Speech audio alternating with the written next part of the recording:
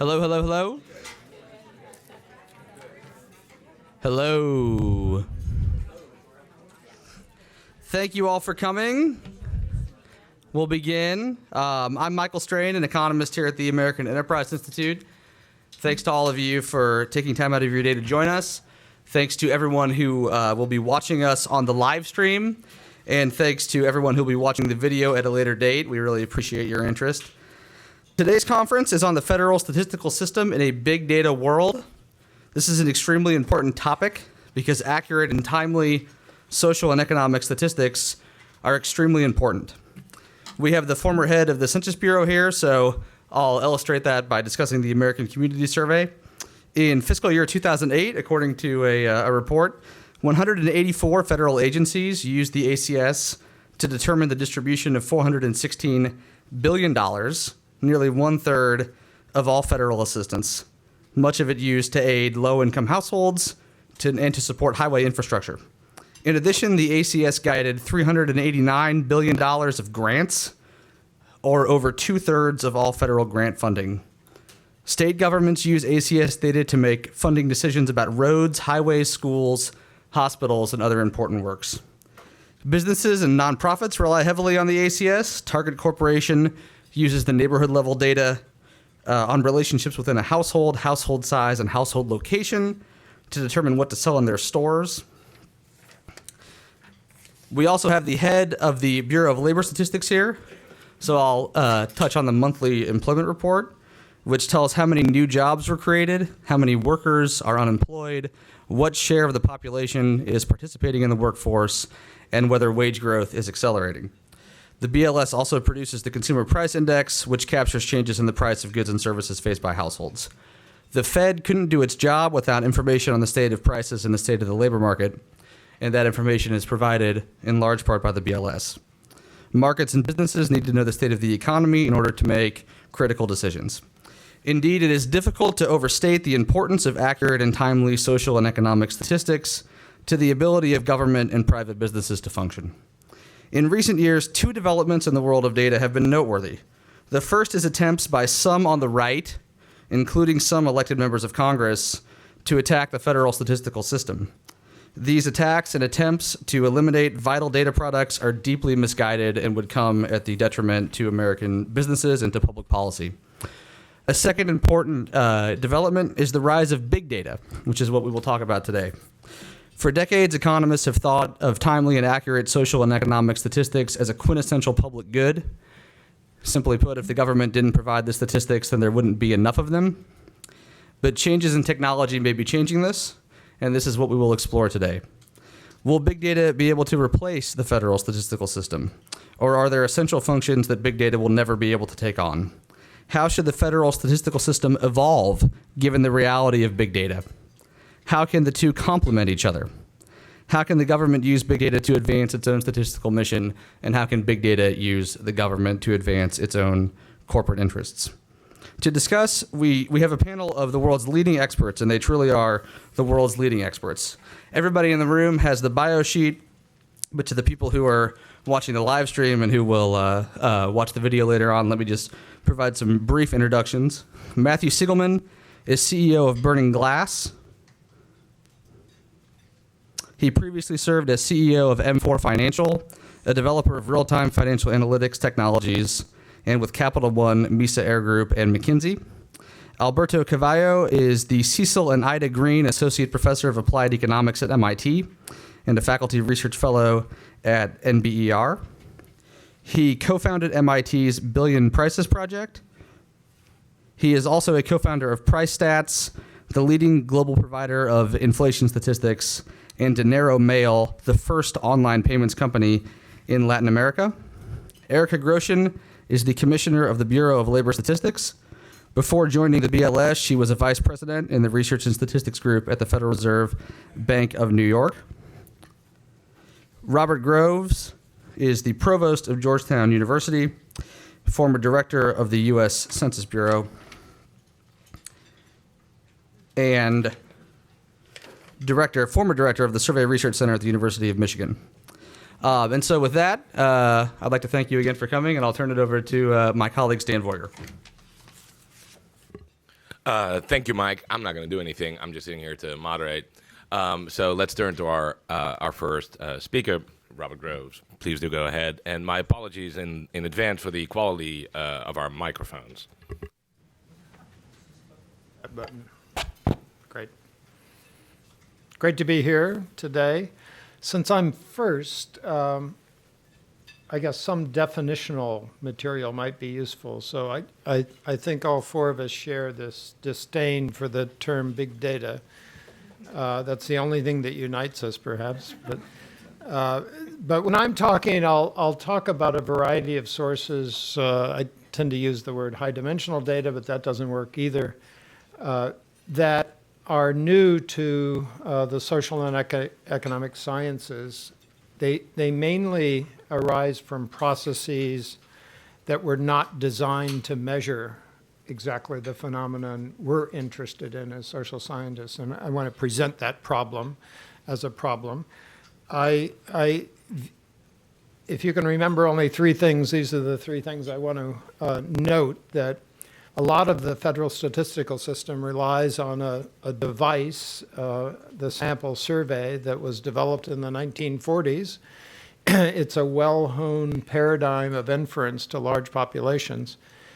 It itself is fraying at the edges for a variety of reasons. And so there is a problem facing the federal statistical system, and I would submit most of social science, empirical social science. And then we have the rise of so-called big data, which I tend to think of as organic data because it's arising without actually having been planted by researchers. It's just happening. And we're all interested in how we can improve our understanding of the world by bringing that in, but it also has the capability of wiping out our old world entirely. And I assert, point three, that the future, at least for the next 10 years, probably must require us to put those two worlds together in ways that make it a little more complicated for our life, but we need a bridge from one paradigm to another paradigm, and that's what we all ought to be about doing. So let me just kind of motivate this. I grew up in a world that's on the left side, that if you start at the bottom of the page, you are sitting with a set of data that are measurements on a set of respondents. You're actually completely uninterested in the respondents. They happen to be populating your data set. You're really interested in the full sample, which was drawn. Increasingly, the gap between the respondents and the sample is gigantic. So it's pretty common these days, if you're doing a telephone survey, that you are measuring maybe 7 to 9% of the entire sample. It is the properties of the sample that give the sample survey paradigm its power, not the properties of the respondents. And it's the probability theory that allows you to go from a sample to some sort of universal list of the population you're interested in, and from that, drawing inference to the full population. So even though we look at sample survey results, 27% plus or minus 3, the guts of that are really this rather complicated set of inferential steps. We understand those steps pretty well. On the right side, I think, is what we're now living in, the world that takes a so-called big data set. It pretends as if it has information of known quality about the full population, and it describes what we think is the full population. It, too, emits an estimate, 27%, generally not plus or minus anything. And we would like to believe that that 27% has some known qualities. So the problem that we have right now is that we don't know the properties of that inferential step with so-called big data alone. So what surveys are great on is this inferential step. They've also developed culturally something that was a transformation of the empirical social sciences in the US in the last century, and that is sharing of anonymized data sets, the democratization of data that has transformed what large groups of researchers do. And then the third point is really, really important. Researchers determined what was measured in those data sets. There are in BLS and at Census people who are experts in a single question. They have devoted their lives to that question. They know the nuance of every word in that question. They know all of the properties of misunderstanding of the question across subgroups. They know the missing data rates when you ask different populations that question. So these are hand-fabricated, wonderfully beautiful, and multivariate data sets, okay?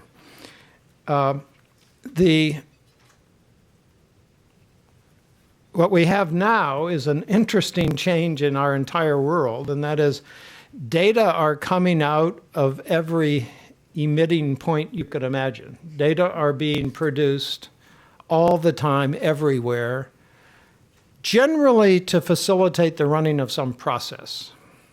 So the data weren't created by researchers who are interested in an economic or social phenomenon. They're generated often by enterprises that find it useful to run their enterprise using data in various ways.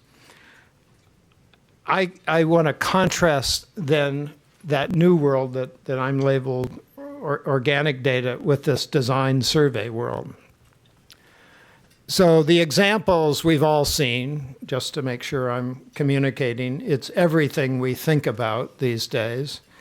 You notice if you just go down those bullets that they're all over the place. These are completely uncoordinated data production systems, right? They don't speak to one another. They're not designed to speak to one another. They're not interested in describing the full US population. That's not their job. They're interested in helping some process. So the strengths of these data, these new data sources, I think, are that they are disproportionately measuring behaviors that we never had insight into, really cool stuff that we never measured. The second bullet is perhaps the most important. They're coming out at lightning speed, sometimes real time. So my world of sample surveys is proud when we produce a monthly estimate. That's a big deal.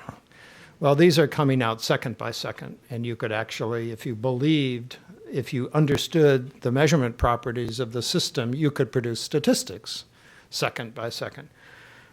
Thirdly, on some of these data, you get really high spatial granularity, and that's cool because sample surveys are not great on spatial granularity. They're great for large populations, but not for small, spatially isolated populations.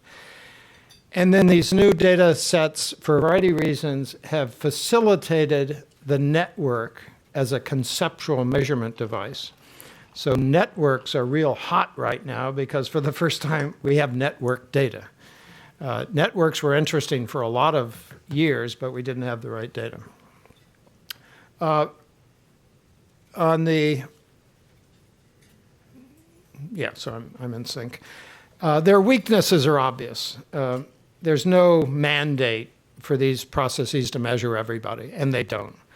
They're real lean records. They measure time, space, and something, usually. We don't know who produced the data often. We can't link these to known entities. Many times the structure of the data is not apparent at all. Some of these are text-based data systems. That's a whole new world to turn into empirical analysis. And then the last point is really important. The entities creating these data don't have as their mission the provision of information for the common good. That's not their job. They weren't designed to do that. They're designed to make money. And this old world actually had, as a portion of the society, a set of institutions designed to produce common good information. Am I in trouble? No, you're doing well. Okay. You have about 1 minute left. Yeah. So I assert what we have to do is to put these two data sources together. If we rely on one, we will increasingly be threatened with regard to the quality of our inference. I think statistical models will be the key to that new world, blending these two things together. That means you have to somehow address the linking of multiple data sets. Sometimes they're linkable through shared covariates. Sometimes they're linkable from identifiers, but oftentimes they're only weakly linkable, and that's a modeling problem. And then what this period of time when we're blending will be all about is trying to assess the coverage and measurement error properties of the alternative data sets and the blended estimates we can get out of it. And I want to do one more thing and then through. So what are the impediments to this? Access is an issue. Data from private sector sources aren't going to be given freely in the way that we're used to with regard to the federal statistical system. We have a gigantic skill problem. The statisticians who are well trained with regard to the sample survey are not necessarily well equipped to handle the statistical modeling involved. And the access and statistical computing involved in high-dimensional data sets needs a set of computer science skills that we don't yet have blended into a single mind. And then finally, we haven't yet had a public discussion about the trade-off between privacy and common good uses of high-dimensional data. We are having a ferocious debate about privacy, but we don't have a voice on the other side that says, gee, do we really want to go into a world where we have all these data resources and they will never be used to provide information for the common good? We'll have strong privacy controls there, but we may lose the information about what we are as a country. That's it. Well, we're doing extremely well on time here. Thank you very much. So let's keep it that way by turning quickly to our next speaker. If somehow we can get the screen keyboard, to work. don't we? Take it, flip to, And there we are. I'm going to stand because otherwise I won't be able to see. Excellent. All right. And this is on. Good. Excellent. Well, first of all, I want to thank Mike Strain, who's hiding back there, I think, and AEI for organizing the session, and obviously my fellow panelists for joining me here today. I'm really happy to be here. First of all, you guys are a key audience for us. It's very important for BLS to reach out to our data users and to people who are thinking about important policy issues on a regular basis, both to tell you what we're up to, but also to hear your voice. So this is an opportunity that we really welcome. It's also an excellent topic because we've been doing a lot of thinking about it. We're heavily engaged in this rapidly moving area, and it's good to extend our contacts and keep the conversation going and get your input. Now, just in case you don't know very much about the BLS, let me spend a minute on that to tell you about our priorities and our mission. That's both so that you know a little more about us, but it also sets the stage for what the rest of what I'm going to say. What are our priorities? Well, I like to summarize our priorities in terms of data production, our data goals, by going through these 5 characteristics, right? We produce the gold standard of data. What that means is we place high priority on them being accurate, otherwise, why bother? Objective, so that they are not biased by ulterior motives, right? Relevant, that answer questions that need to be answered, that people need to make decisions with. Timely, you get them in enough time to actually affect your decisions. And accessible, so people can actually get their hands on them.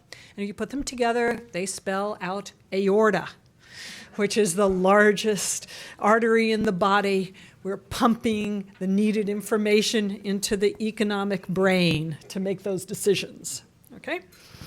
So we think, just like the aorta is a public good, it serves the entire human body. We think data is a pure public good. Like the roads, like clean air, it helps all of the nation's policymakers, businesses, and families make good decisions, as I said there. It underpins the autonomy that we think is so important to make this country work well. It underpins, in particular, free enterprise.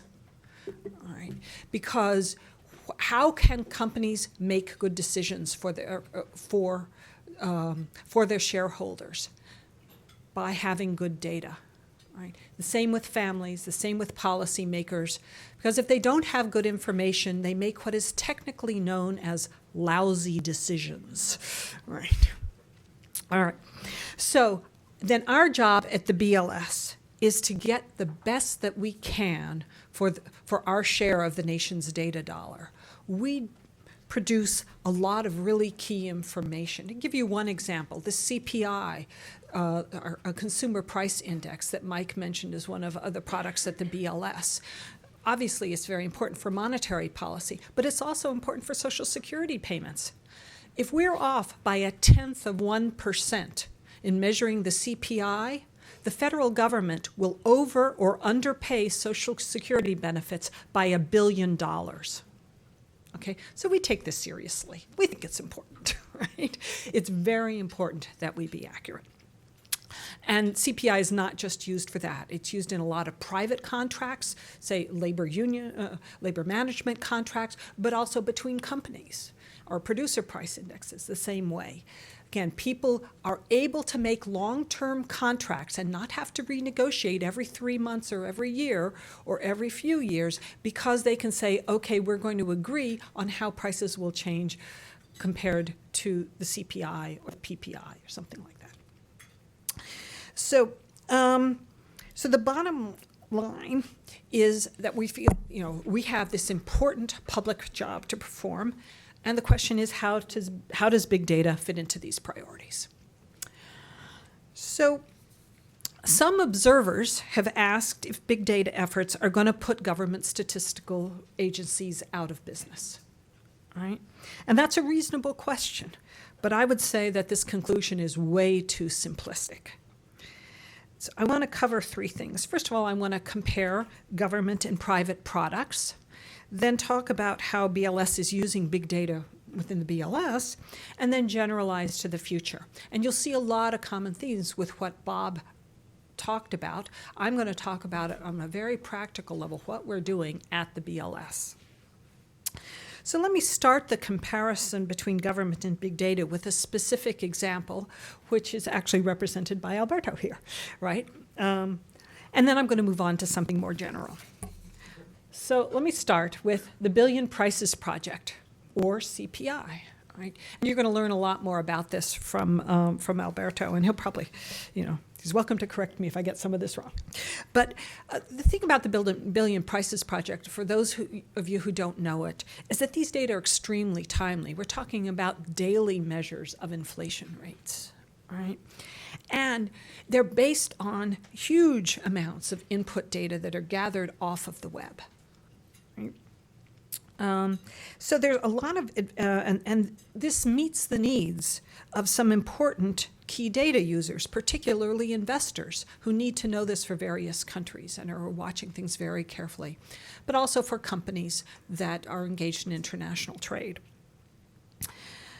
However, the Billion Prices Project, by its very nature, can't price the same representative bundle on a daily basis. That's not what it's designed to do.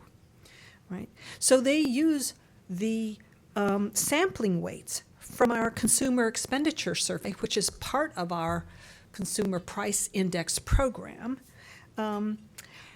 to weight the price changes that they measure on the internet. Right? They depend on information that we provide as a public good to everybody. Right? So the consumer price index is a different thing. all right, it has, by its nature, by its design, a representative bundle, what we call a market basket of goods, all right? And we do the research to create that bundle, that market basket. We have public sample weights, we create them and we put them out there so other people can use them and so the users of the CPI understand them, right? And what we produce has known statistical properties. We can tell you what our standard errors are for all of our goods and for all of our measures, and we are producing them.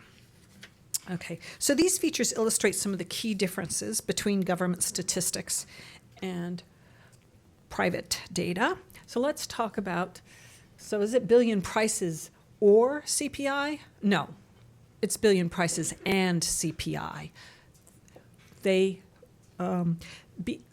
prices depends on the existence of CPI, right? And we, by the same token, are learning from some of the innovations made by the Billion Prices Project, and that's great for us. So we think of government and private initiatives as complementary, not competitive. We at the BLS are transparent and produce only public products. This is inconsistent with other goals, particularly protecting profit-making intellectual property, which is well worth doing, but that's a different mission from that of the BLS. As part of the government, we have a secure environment and access to sensitive administrative data so that we can get and verify that we have a representative sample. We can match sensitive data from respondents and from other sources. And we can convince respondents to voluntarily participate in our surveys, and we get far higher response rates than private sector polling companies. Why? Because we convince people. They understand that they're performing a public service when they give that information to us, and they understand that their data will be secure. And it has been secure. We've been in business since 1884 rather. Right? We have never had a breach of our data. Right? We have never given it up for any purpose other than for statistical purposes. Right? And that's an unblemished record. All right. The needs served by BPP, by the Billion Prices Project, and other private sources are very real, right? But they're different. They tend to be more specialized, more time sensitive, perhaps. They can afford to take more production and design risks. They're often okay with transactional data that's not comprehensive because it's used for different needs.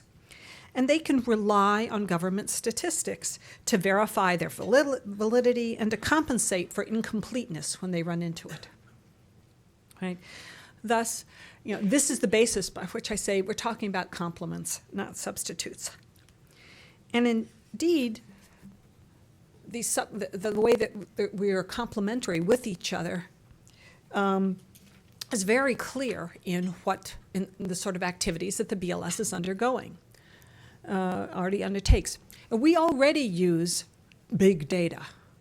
In fact, everybody in this world complains about the term big data, but we always use it because it's short, right?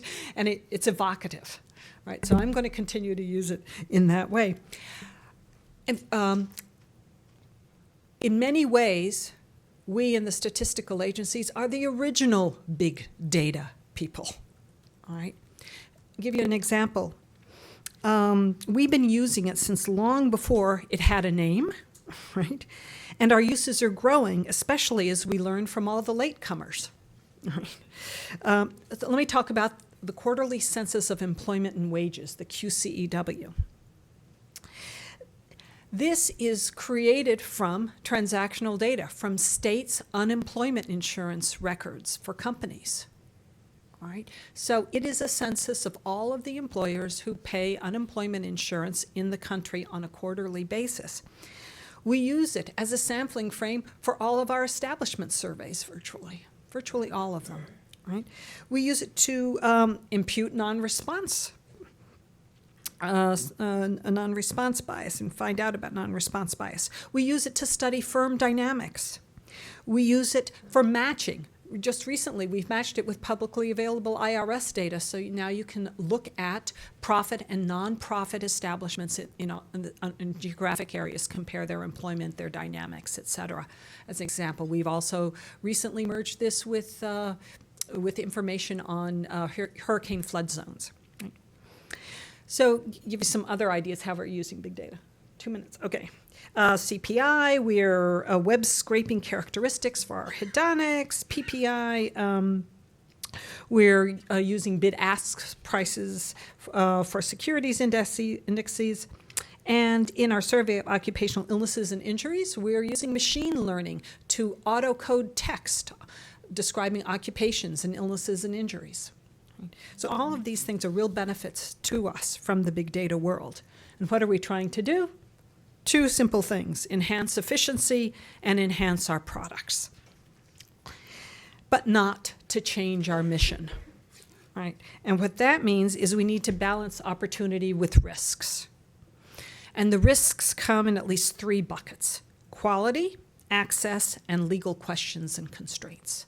So each time some great thing bubbles up outside our world, we have to look at it and say, what's the actual quality of these data? Are there biases? Are there errors, inconsistencies, poor documentation? What cost is there to us to acquire it? If we started to use it for production purposes, what if it changed or went away immediately and we'd already grown dependent on it? Right? And then there are legal questions that we need to solve also. What kind of informed consent rules are we operating under? Yet regardless of whether or not we adopt any particular technique or source from the big data world, we can benefit from the activity in it because there are important ways that we can work together. And how can we work together? Well, this is a case where there are really lots of ways. Clearly, we can learn from innovation.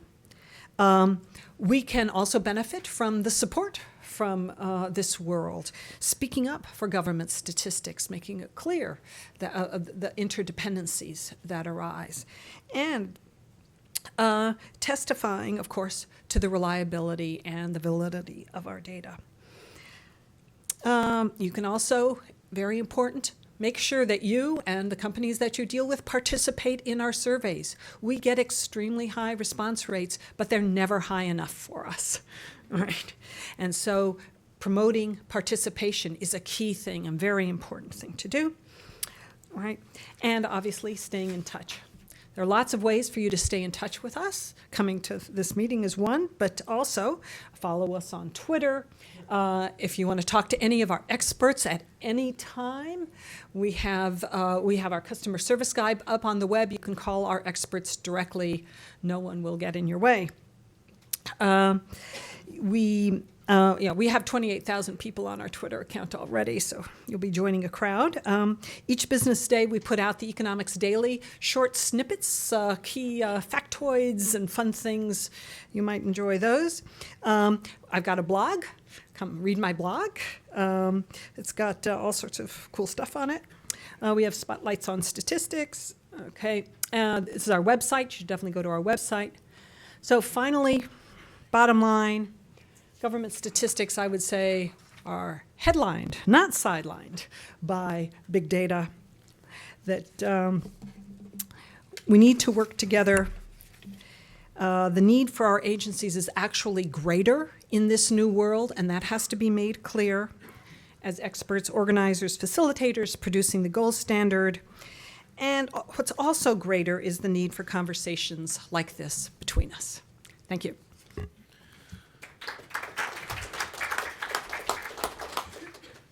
Thank you very much. We're now going to move from the public to the private sector with Matt Siegelman, who's also going to take the stage to my left. Matt, go for it. First of all, Stan, Michael, and AEI, I just want to thank you for hosting this fantastic conversation, and thanks to all of you for the opportunity to be with you today. I suppose that I'm Oh, I'm holding this upside down. Look at that. Here we go. I'd like you to imagine for a moment that you were trying to transact in the stock market and had no access to information about individual companies, had only access to maybe a broad index like the Dow. That's very much the situation that sort of governs the job market today. We get very important macroeconomic data about the health of the economy. We know that last month there was a net growth of 295,000 jobs. But the more important data that came from the monthly jobs numbers was there were actually 5 million jobs that were open last month. And those 5 million jobs reflect a very significant diversity of types of jobs, types of skills. And you need to be able to understand that specificity at the level at which transactions those 5 million transactions are actually happening. This is not about employers don't hire for computer programmers. They hire for C++, senior C++ developers, or for OLAP developers or the like.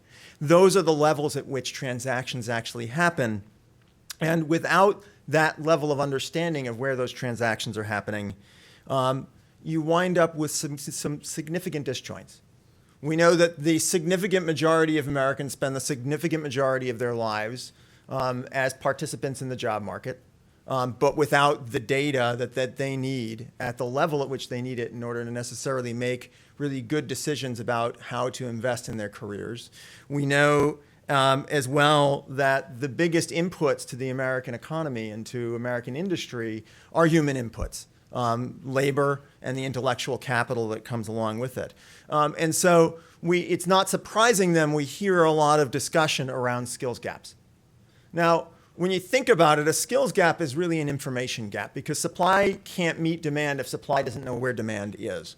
And so I want to talk about, I think I'm still holding this upside down, or maybe not. No. I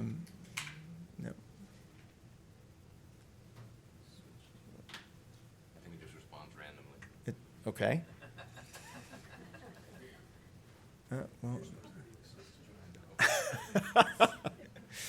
Bob, it was a great talk. Let's see it again. Let's try this one more time. Yeah. Okay. Great. Bravo. Okay. So when just because I'm like the data guy here doesn't mean I actually know how to use a slide projector. When we talk about when we talk about those 5 million transactions that are going on, it's important to realize that that employers who are standing behind those 5 million job transactions are sending signals with each of one of them. For the actors within the job market to be able to act effectively, they need to have a market maker effectively providing the data that can aggregate that signal and can aggregate it at the level of detail again and then broadcast it back at a level of aggregation that will allow them to act effectively and efficiently. So I think very much to Erica's point, I think that the role of federal data sources and open market or big data sources, again, we all wince at the term, but we'll use it anyway, are very complementary because they're essentially building from different directions. Federal data sources are starting, as Bob described, from a survey-based approach. We're going to look at a relatively modest set of jobs in the case of what we do, and we're going to make extrapolations from that data set. And we're going to make extrapolations both about the broad categories that are getting measured, and potentially sort of make some assumptions around what underlies those jobs. In what we do that complements that is to say, hey, look, those are really important, and critical for making sure that there are a good set of macroeconomic indicators. Because what those published data series do is trend. They provide a basis for normalization. Open market data sources are essentially looking at and collecting millions of data points a day. We go out and literally collect millions of job postings every day, and then do a wealth of text analytics to really try to translate them back to a common language that allows us to work, instead of top down, to work bottom up, to say, what are those actually saying? Let's read all of those millions of jobs and start to aggregate them up at levels that are meaningful. But importantly, not to use Bob's language, to pretend to infer. We can represent the part of the job market that is posted, and we cannot pretend to represent the part of the job market that is not. However, we can know what's represented and what's not. Where this becomes really critical is that when you can start from the ground up, you can get a much clearer and more robust sense of the diversity that underlies the job market. So here, to use this example, looking at, on the left, some of the categories that, the occupational categories that are collected in those published data series like the OES that are reported on, things like the ACS. And on the right, we're seeing the kind of level at which transactions are happening. So not web developers, but web designers and PHP developers and UI UX people and Android developers are seeing growing very fast.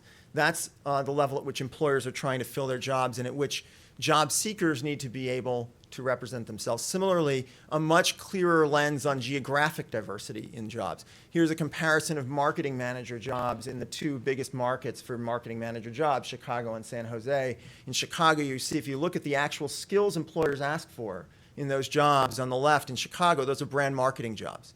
On the right in San Jose, not surprisingly, it's all product marketing, so it's product development, product marketing.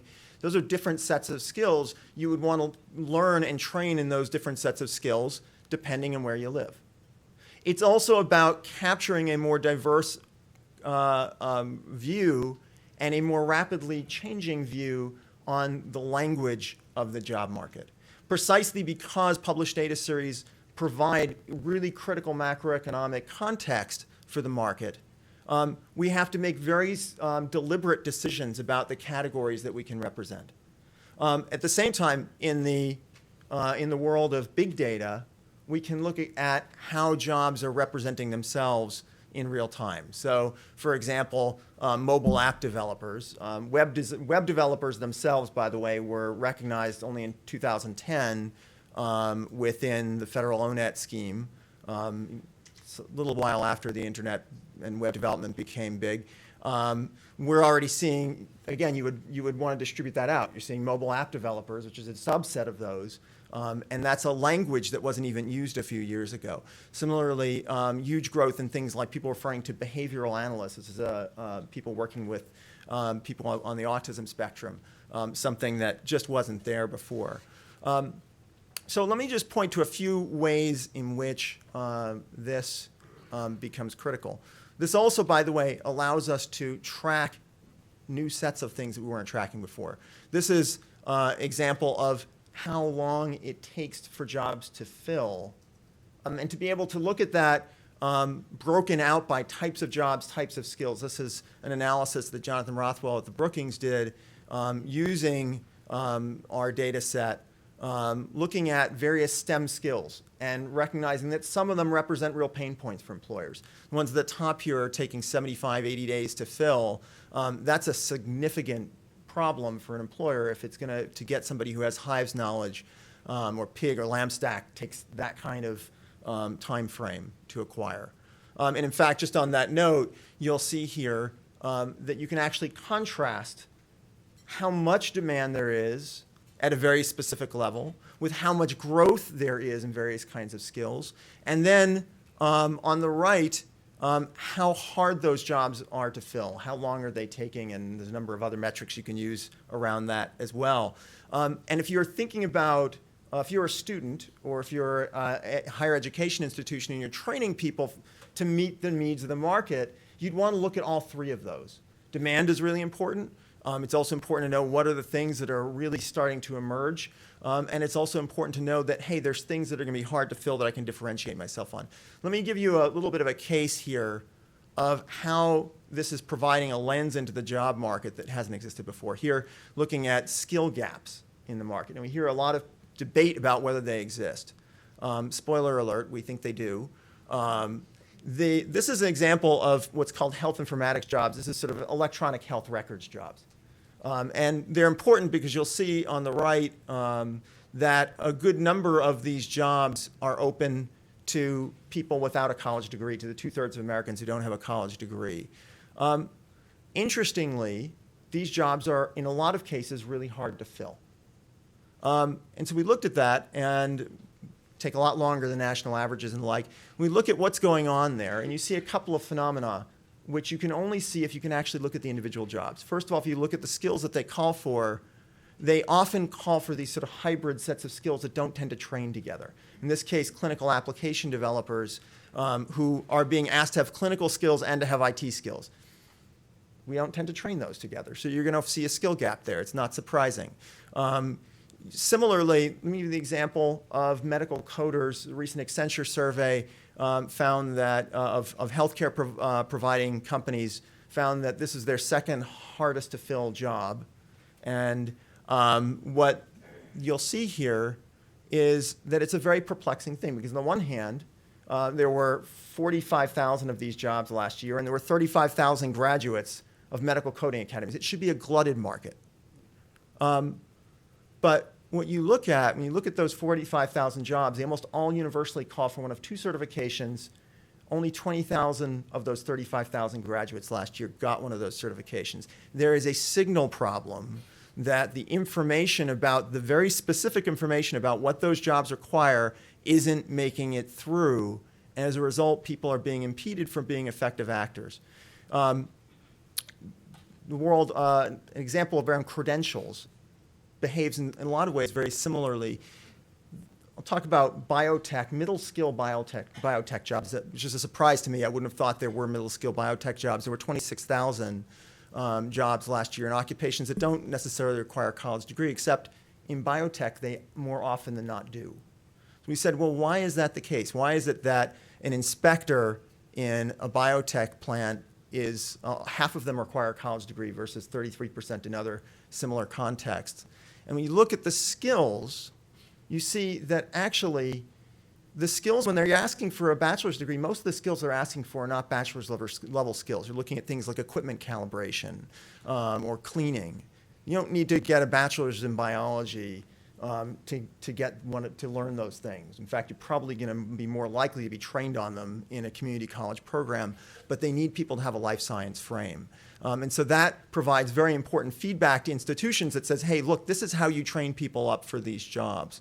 And institutions indeed are using these data to be able to say, hey, what are employers around us asking for, so we can very specifically know what technologies to teach, what programs to teach. This is the example of the Lone Star Community College system in Houston, which has done a great job of being able to identify, for example, in the greater Houston area, a huge demand for fracking jobs, which they didn't necessarily see from their employer surveys, and were able to build a 70,000 square foot facility serving that industry. I'll finish just with the example of how these data also align with policy. The president has recently talked quite a bit about providing pathways to the middle class through tech jobs, as an example here. This is a graph that sourced our data from the State of the Union. Here's what this looks like when the rubber meets. It's great to say that we're going to move middle-skill Americans into tech jobs, a critically important goal, but here's where the rubber meets the road. You have to be able to say, how do real people move from job to job?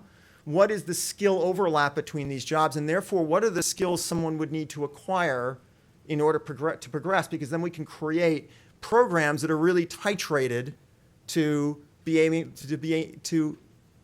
to fill those or close those market inefficiencies. and be able to similarly signpost those for job seekers. This is just an example of a career ladder for bookkeepers moving up from there. So it's, I think what you see here is that they're having that really detailed set of data about how the market behaves is really critical for the actors and really complements the very important macroeconomic view of the state of the market overall. Thank you so much. Alberto, good luck using that. Thank you, Matt. And our last speaker, Alberto Caballo, is going to try and use the combination of our mic and our slides over there. And as Matt just said, good luck. Thank you. Well, thank you very much. First, thank AEI for the invitation. It's a pleasure to be here and all the panelists. I have to say I may disappoint a few of you who were waiting for a fight. You'll see that many of the things I will say will actually resemble a lot what Erica says, for example, of our comparison. Yeah, I'm a bit disappointed, actually. So one of the chapters in Alberto's dissertation is titled, I think, Argentina, Inflation and Lies. I was hoping for the BLS, Inflation and Lies. It's a very different scenario, actually. And to be honest with you, you'll see that that many of the topics resemble a lot. So I'll give you my opinion on big data at the end, and kind of it would summarize many of the views that you have seen. But let me first explain a little bit what exactly what we do. And then I'll talk about big data towards the end. There are essentially two related initiatives here that you may hear about. One is this thing we call the Billion Prices Project. It was the academic initiative we started at MIT. The origins go to what Stan was saying, back to Argentina and what they did with the inflation index, that they essentially manipulated and lied about it for many, many years. And we needed an alternative source of data, so we decided to start collecting data online to get our own information and see if we could replicate somehow the inflation numbers that the Argentinian government was producing. And then we decided to see if we could explore how this type of information could be useful all over the world for the measurement of inflation. And that's how the Billion Prices Project started back in 2008. We've been collecting data online since then. It's a joint work with Roberto Rigoban, who's also at MIT. In the past 4 years, actually, we started a company called PriceStats. That's the website that you can check out. It's essentially collecting the data today and producing some of these high-frequency inflation indicators that people in the finance sector use, as Erica was saying, because they need a very timely indicator, and they use it to get a view on inflation in many of these countries. And right now, we're also producing a lot of statistics about international relative prices, which is mentioned there as PPP, or purchasing power parity. In particular, the case of Argentina, you can see that the Economist magazine has stopped using the official index, as most people have. They're publishing our indicator there every week, and you can see those numbers. Now, essentially, what we do is pretty straightforward. We use software, and we call these robots. It's essentially a software that we train and teach to go to these public websites of retailers that either sell or show their prices online. Any page that you see online has this very structured language on its back called the HTML code, and you can teach a software to identify these patterns.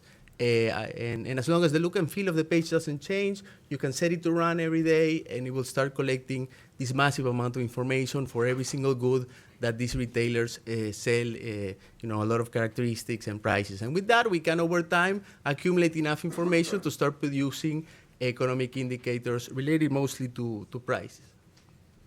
This is the index that a lot of people look when they look at our data. It's a comparison between our index and the one produced by the BLS, which is the blue line. Our index is the orange one. You can see this co-movement between the two indices. As Erica was explaining, the objective of our index is essentially to capture these strong changes in the inflation trend, which are so important for people in the financial sector to know well, in an anticipation of the numbers that are later released. Online data has an advantage on that dimension because also online prices tend to react faster to shocks we find in the data than offline prices do. And so timeliness is obviously a big advantage. In terms of, it also has Disadvantages, as Erica was mentioning, there are a lot of categories of goods that are not available online. There are fewer retailers that what a typical sample of the BLS would typically collect. So as any user of statistics, you have to know the advantages and disadvantages of your data.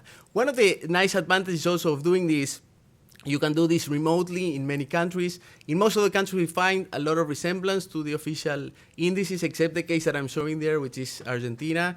As was mentioned here, there was only 4 months in which the Argentinian government was actually telling the truth, which were months where they were actually trying to issue bonds and go back to international markets. Then they lost hope of that, and they decided to go back to their old numbers. But in most of the countries, we do find this close resemblance between the indices. And the international dimension is something we want to explore a lot, particularly when we're thinking of building these international relative price indexes. Many of you may know the story of the ICP, this big effort by the World Bank to coordinate with national statistical offices to collect data across countries and be able to build a single basket that can essentially tell you about relative prices across locations. They do a fantastic job, but it's a very complicated job to coordinate so many national statistical agencies, which may not have much of an interest in the international relative prices anyway. We are now exploring ways in which we can use online data to create these matches and produce some of these statistics, which are important for any user in the financial sector or in international organizations that is interested in knowing what could happen to exchange rates. Essentially what we're doing, many of you may be familiar with the Big Mac index. We are essentially building a very large scale Big Mac index, and whenever you find that a country's basket is far more expensive than another, then you get an idea that there has to be an adjustment either in prices or in the exchange rate, no? And you can build ways to detect those changes. No? And I'm showing you here, as an example, the case of Brazil. Our prediction was that there had to be a devaluation last week of exactly the magnitude that we observed. We're very confident this can be a way that this type of big data sources and online data in particular can help. No? And for example, just collecting data remotely in the case of Argentina was a big advantage for me personally. For those who know the story about Argentina, many economists doing it locally were facing a lot of trouble. Being able to do it remotely certainly was an advantage. No? So there are advantages and disadvantages.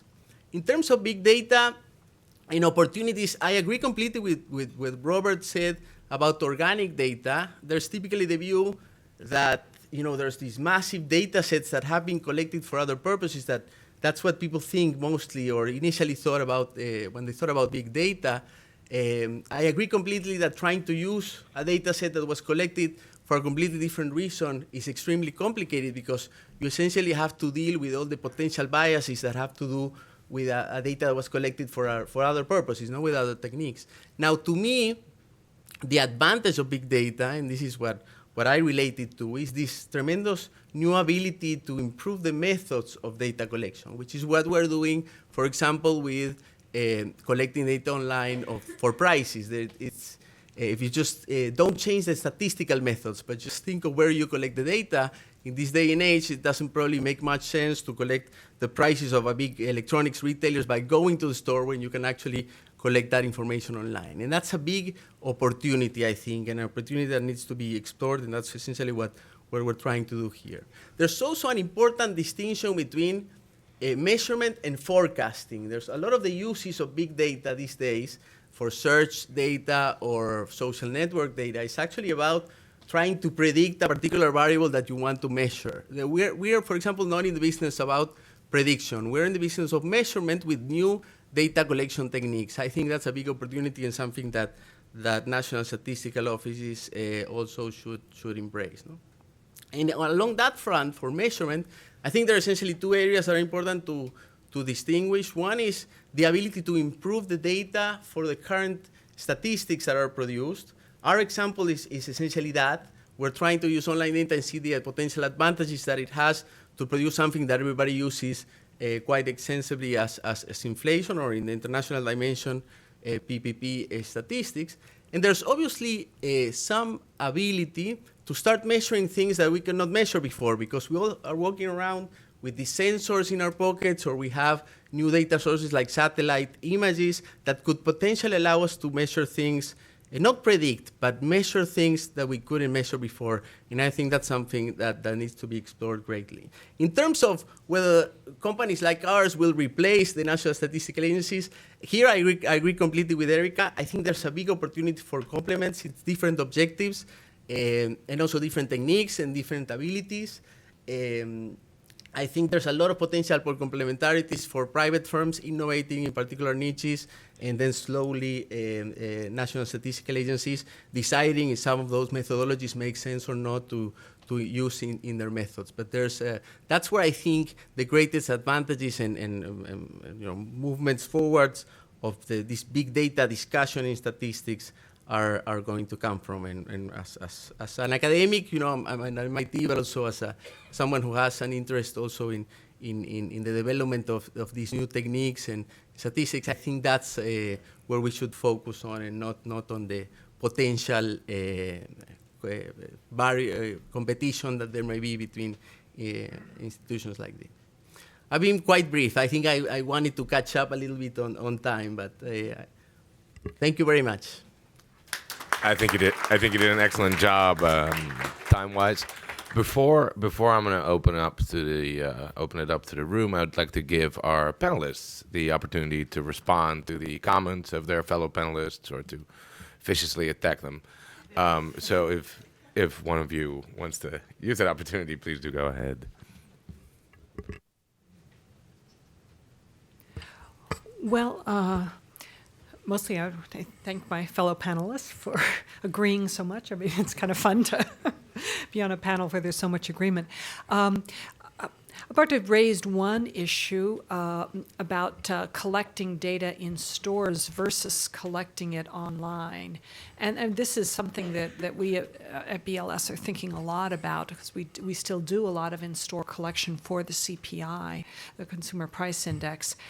And it is a challenge because what we've discovered is that a lot of the large chains still allow the individual stores to price independently. So, for instance, like I can't give you the name of respondents, but convenience stores and certainly small retailers of many kinds. Large retailers of many kinds will allow independent pricing in their stores because rents vary, wages vary, et cetera. And so actually, it's not that easy. Even if we tried to go, as we push ourselves further in that direction, what we're discovering is that you still have to work on a company-by-company basis for what's appropriate. And so it's a little bit harder than it might seem otherwise. We have scanner data from a very large retailer who said, okay, out of our stores, we're just going to give you scanner data. And we're discovering that it's quite a challenge to figure out exactly how to use that, because companies reuse codes for different products and things like that, which make it hard for us. Thanks. Yeah, go ahead. On the last point on scanner data, that's I agree completely with you. If you think about it, scanner data was not designed to be collecting prices, so it creates all these problems that when you want to use it for different use, of course, complicate things. On the differences of prices between online and offline, you're absolutely right about that. One of the things, there can be differences across stores, and there's this ultimate question on how much online prices behave like offline prices. We can construct statistics that show you that on aggregate they tend to approximate the CPI numbers, but for the BLS to decide to use this, it's an essential question to know if they were to walk to a store, if the price they get there would be exactly the same that is obtained offline. No? It's something we have questioned or worried about since the beginning. And the truth is, our problem is we don't have a capacity to collect data offline. No? But this is where technology helps. For example, what we're doing now, and this is something we do at the BPP at MIT, is we can give people these phones or these apps. They can use their phones through crowdsourcing. We can hire people and pay them just a few cents, and we ask them to randomly collect prices at stores. And on the same day we get those prices, we check them online. and we can examine the differences. And as Erica was saying, some retailers you will find it's the exact same price. And in fact, some of them tend to have these national price policies. Others don't. Others like to have difference in prices. Then the question becomes whether the online store, which is typically, if you think about it, it's the largest store for many of these retailers because the volume of sales may be small, but compared to the volume of each of the other retailers, it's actually quite large. No? These are very important questions. This is where I think, if you think of it as a revolution in the way we can collect data, it's where we can extract actually a lot of insights for how we can improve the statistics in the future. Thanks. Thank you. So I want to make a minor point, but at a higher level of abstraction. So we had different use cases across the panelists, I think, and I think it's critical at this moment in history to be very careful about how we think about data quality. And I think because we're in this moment that we're combining data that had no statistical purpose in mind when they were created, that we really need to talk about use-specific quality. So a data set by itself has no quality attributes. The quality attributes arise when you want to use data for a particular purpose. Then there are use-specific qualities that we need to keep in mind. So it's hard to have a panel like this to talk about the utility of big data without being use-specific. Matt was much more use-specific. You could talk about what information you can glean out of it, but in the abstract, you can't do that. Throw one more thing in, and you can see that in the QCW program that I talked about. We actually don't take that off the shelf. We fund states to then convert those UI records into something that we can use. Raw, they would be no use to us. So, yes. All right, thank you very much. We're now ready for questions from the audience, and we're going to go all the way to the back over there. Please wait for the mic, then introduce yourself very briefly, and make sure that questions end with a question mark. Thank you. My name is Barbara Dello, and I'm a nurse, and I recently went to a nursing conference where they had a seminar on big data, which talked about big data, collecting big data with patient information, diagnosis codes, bed availability, staffing, and cost, and getting the information back to the floor in real time. I'm an old nurse, and to me, medical care is personal and data is not.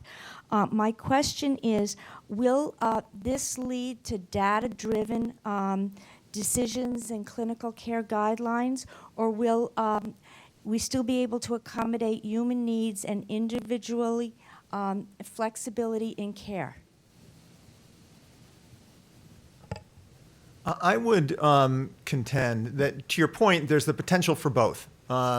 Data, if excessively aggregated, can certainly be used in some rather dangerous or at least disappointing ways to essentially systematize things and to wipe away diversity in terms of our understanding of jobs in one case or of prices in another. On the other hand, data have significant and extending the base from which we're collecting data has the ability to significantly extend as well our understanding of the diversity of different kinds of jobs, for example. Nursing is a great example of that, in fact. There have been some very significant tectonic shifts going on in the field of nursing, not only in terms of technology, but in terms of the requirements to get a job as a nurse. There's one level at which you can say, okay, well, let's track the number of nurses who are out there, how many nursing jobs there are. But at another level, even just doing something very basic, like looking at what level of educational attainment are employers asking for. What you soon come to discover is that, first of all, it's very difficult to get a job on either the East Coast or the West as an RN with an associate's degree in nursing. If you don't have a BSN, that's a hard job to get, certainly in a hospital. So you can get perhaps a job as an associate's RN, but the employers who are saying they're open to that are maybe nursing homes or clinical practices. The nursing jobs that have opportunity ahead of them, that have mobility from them, are nursing jobs in hospitals, because that's how you become a nurse, an anesthetist or an obstetrical nurse or any of a range of specialized nurses. So in terms of the personalization around people's careers, if you don't know that and you just have a single awareness of there's a nurse and there's an industrial organizational profile of what it means to be a nurse in aggregate, then you actually wind up hurting the individual nurses and their potential to have satisfying and rewarding careers. And I would just say that data and analysis is another tool in your box, and I think the best nurses want every tool that they could possibly get so that they can treat their patients with all of the information. But yeah, I think that it's a totally fair assessment. Of course, there's always this fear that the tools of labor and the forces of production will produce this massive alienation, but I think we haven't seen it yet so far. Maybe one day.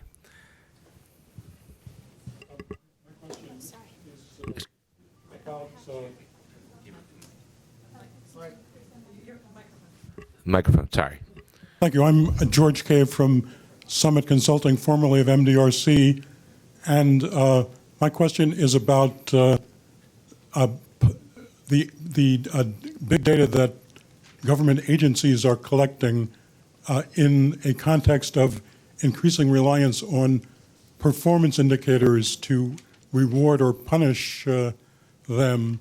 We know about the VA scandal, but I'm wondering whether that issue of incentives to collect accurate data affects other agencies as well.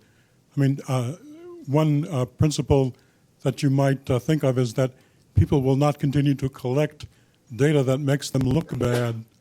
And I could give you some examples of data that are no longer collected. For example, HHS, they used to collect data on people's participation in welfare to work programs, but they have completely stopped collecting that information to the point where it's no longer possible to cost out what the government is spending on welfare to work programs precisely. Do you think that's an issue that needs more scrutiny? So let me generalize your question and answer that question. It's tempting now as participation rates and sample surveys go down to say, gee, why don't we take the most important variables and plop them onto administrative record systems and we'll collect it that way.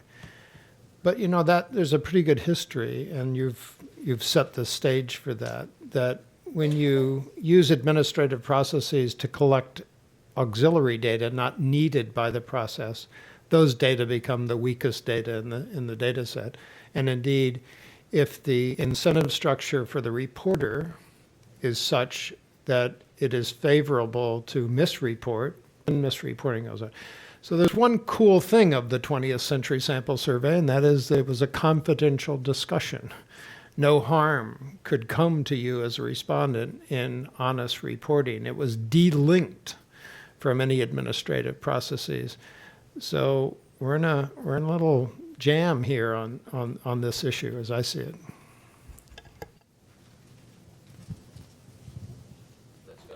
Oh, well, I was just going to throw out that data collected for statistical purposes has always been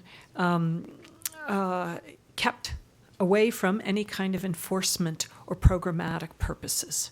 So to the extent that it is collected for that purpose, that bias shouldn't be there. You do have the potential bias that people have, that then if they don't care about the quality of reporting, they may not report very good data. But by and large, the data reported for statistical purposes is free from manipulation for that purpose. Let's go over here.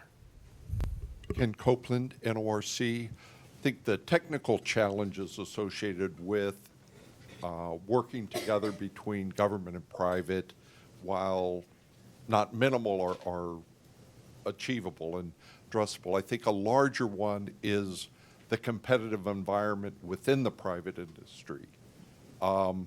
So there's an interest in keeping methods non-transparent, of owning the rights to certain methods, and in working with government, I think that's a large challenge. I was wondering if Matthew or Alberto could talk on how do we go about approaching that problem.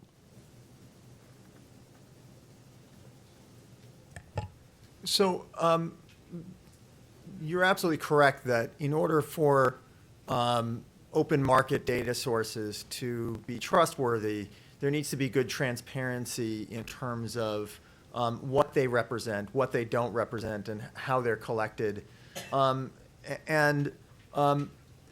We think that there are, in fact, we know there are because we do a lot of work with government agencies, ways to make sure that that transparency happens. And I think the right level of transparency, you're right that there are certainly quite a bit of what we do, for example, that is pretty proprietary stuff because it sure costs a lot of money to do.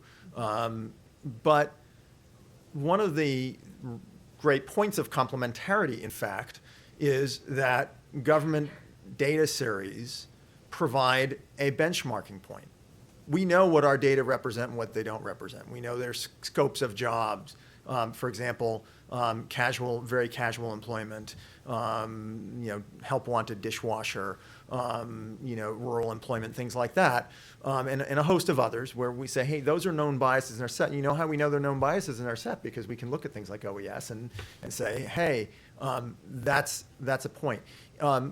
Being able to represent an ontology may be also something that has value in providing some access to the actual coding methodologies around, okay, here's the algorithms that we use in order to contextualize things back to what that common language that ontology represents, are things that may make sense to continue to be proprietary. To that, so I agree completely on the need for transparency.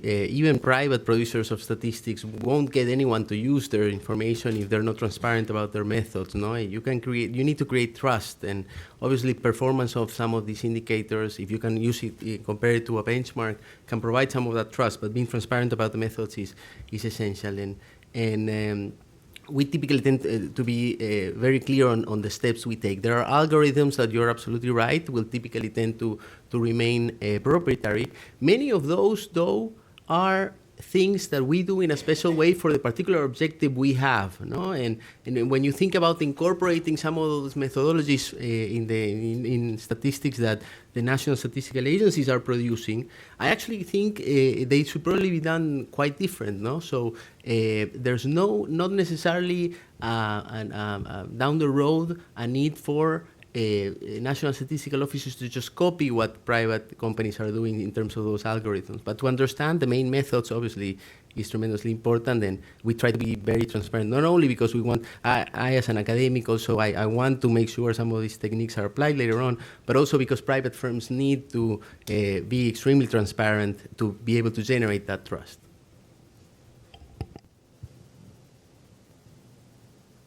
Hi, I'm Sharon Bovat, Voice of a Moderate. This is a quick question, but it has to do with, again, the merging of data. About 5 years ago, for my health insurance, to get a discount, you had to fill out a survey. And I checked, I was honest, that I ate canned foods. I consumed canned foods. Now, at a grocery store, if I used one of those scanner cards, they could confirm that data if they were to merge that, oh my God, she bought Campbell's soup, she bought Hot Pockets, she bought this. I mean, then my insurance company could come after me. And what if I'm not a smoker, but then I bought a pack of cigarettes for a handyman that desperately needed one so he could finish painting the house? So at the end of the day, I'm looking at this big data thing as a voice of a moderate that explains things to average people that are too busy. I see a very out-of-control system if it's not regulated, or if somebody can elaborate, maybe I'm not wording it correctly, but I think you get the gist of what I'm saying. I always worry about my heroin dealer sharing his data. All right. So, I mean, you raise a really important question, and this is We in the statistical agencies probably speak a little bit too much in jargon. When I say that the data that we collect is used only for statistical purposes, what we are saying is it will never be used to check on whether or not any individual is complying with any rule or any. It's never used for enforcement purposes. It's only used to create statistical products aggregated in some way that doesn't breach confidentiality and that isn't used for any sort of enforcement activity. We're kind of like the Roach Motel. The data comes in and it doesn't go back out unless it's in these embedded in the statistical process of that sort. So the one place where you can trust that that won't happen is in a statistical agency. There are probably some other places, but I know for sure at the BLS and the other statistical agencies that you're fine.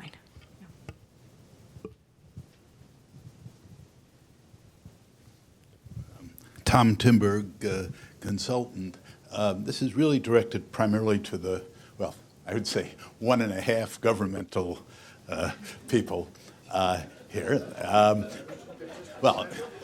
Present and former. You were talking about government private statistics as if they were sort of, bimodal. It seems to me that, as a matter of fact, we have a continuum. They're both very valid.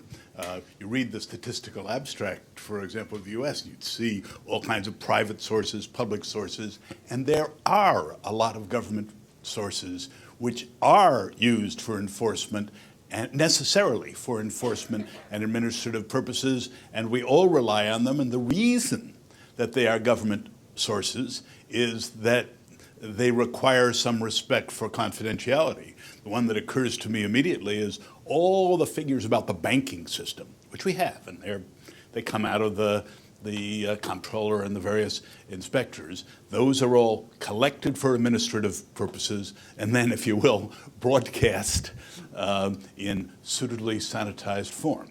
So I wondered if we need to recognize that there are really a continuum. Anybody like us who's been thankful for several generations to BLS and the Bureau of Census clearly think that they're very valuable, but I'm not sure that there's a straight bimodal difference. There are advantages, disadvantages, and perhaps an empirical determination of. So the examples you gave were of federal agencies, regulatory federal agencies that have as part of their mandate the collection of information about the implementation of the regulations, and many of them require the publication of the identity of the measurement unit as part of their regulation. So what Erica there is a little jargon here so by the federal statistical system is meant it's a very specific phrase to those in the system, and that is a small collection of agencies, all of which have in their enabling legislation the requirement that data collected from the U.S. public is kept confidential. Individual data are never released. Those are laws. So when I was a Census Bureau employee, I've forgotten what the fine is, but I know I could go to $250,000 and 5 years in prison. That clarifies your attention when you're thinking about data, right? So that is a very small subset of federal agencies, but they are created, like many countries, as a special sort of data source serving the common good. And the contract, the social contract that makes it work, is when they collect data from someone, they pledge under law, those data go nowhere except the production of statistics. And it is in that sense that statistical agencies truly are completely uninterested in individual records. They're nothing they do depend or focus on individuals, they aggregate and describe large populations. So it is, you are correct, but that's like a different subset. This could be part of the PR problem of federal statistical agencies now that I'm outside. This conjoining in the public's mind of federal government agencies as all alike without saying, gee, we have these special ones that have special enabling legislation for the protection of this. There are others that don't, and that sometimes gets blurred in the public discussion.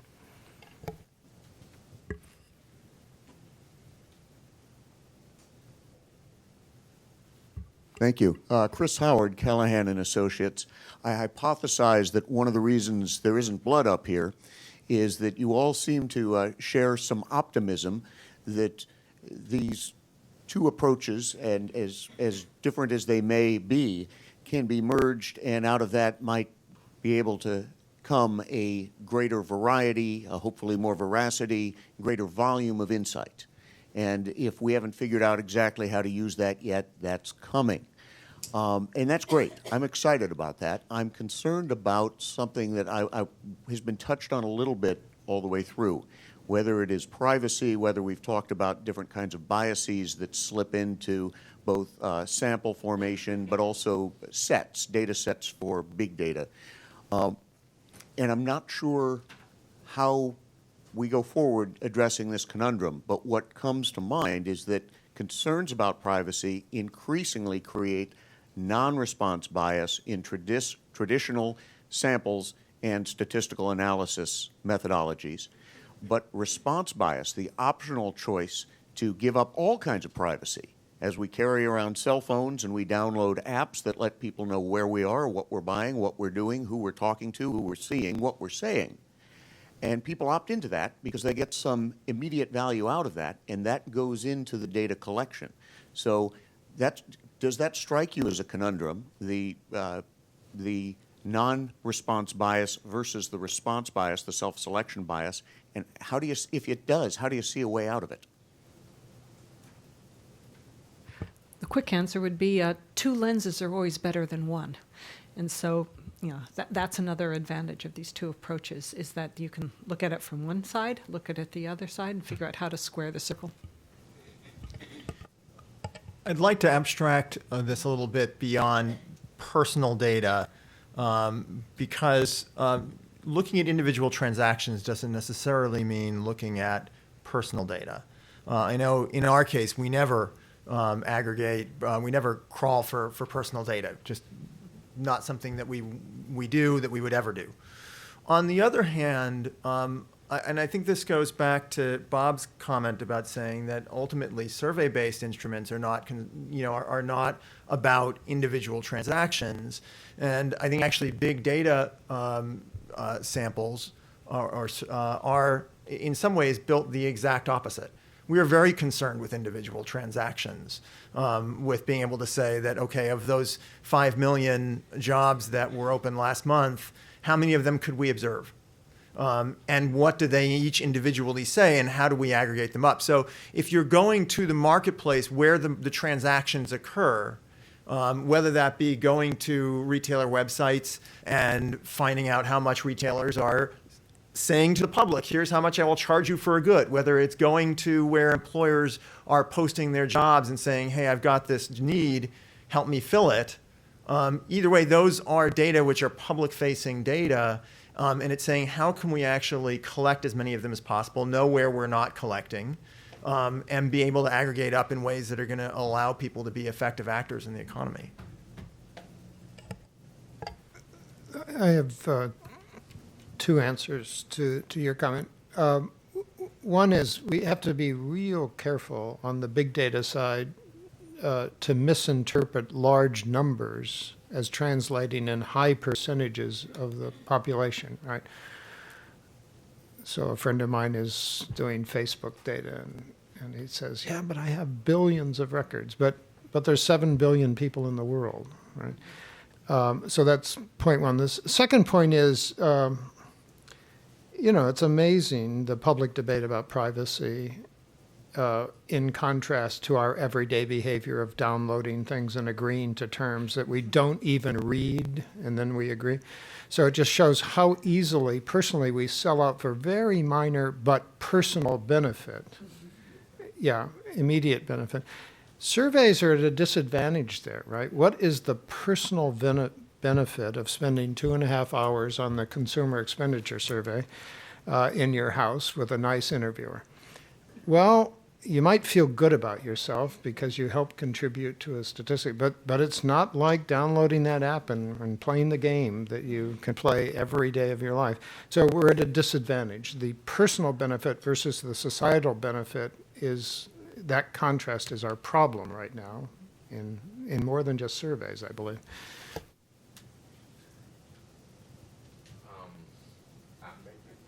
I think we're gonna bring it to an end here today. 4 minutes over time. I don't want to keep you here too long, but thank you all very much for coming, and please do give our beloved and esteemed panelists a round of applause.